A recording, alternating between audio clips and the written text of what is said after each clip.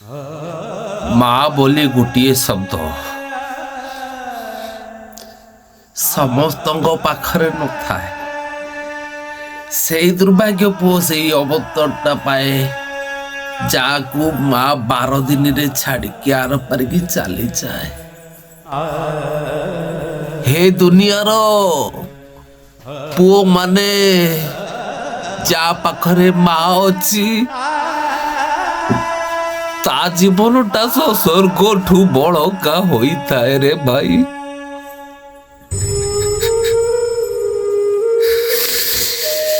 ଯାହା ଜୀବନରେ ମା ନାହିଁ ତା ଜୀବନଟା ଏତେ ନର୍କମୟ ହେଇଥାଏ। ସେଇ ପୁଅ ବୁଝେ ଯୋଉ ପୁଅ ପାଖରେ ମାର ପଣତ ଗାଲି ନଥାଏ ଭାଇ। ହେ ଜଗନ୍ନାଥ, ରତନ ବେଦୀରେ ଅଧା ହାତ ହେଇ ବସିଛ।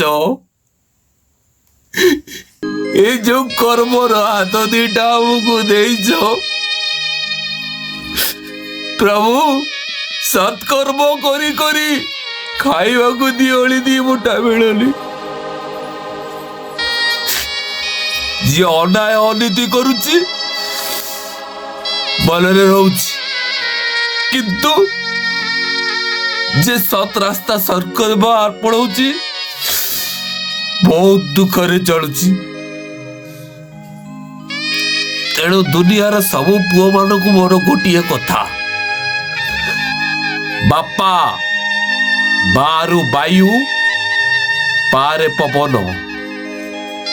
ପାଣି, ବାୟୁ ପାଣି ମଣିଷର ମେନ୍ ଅଙ୍ଗ।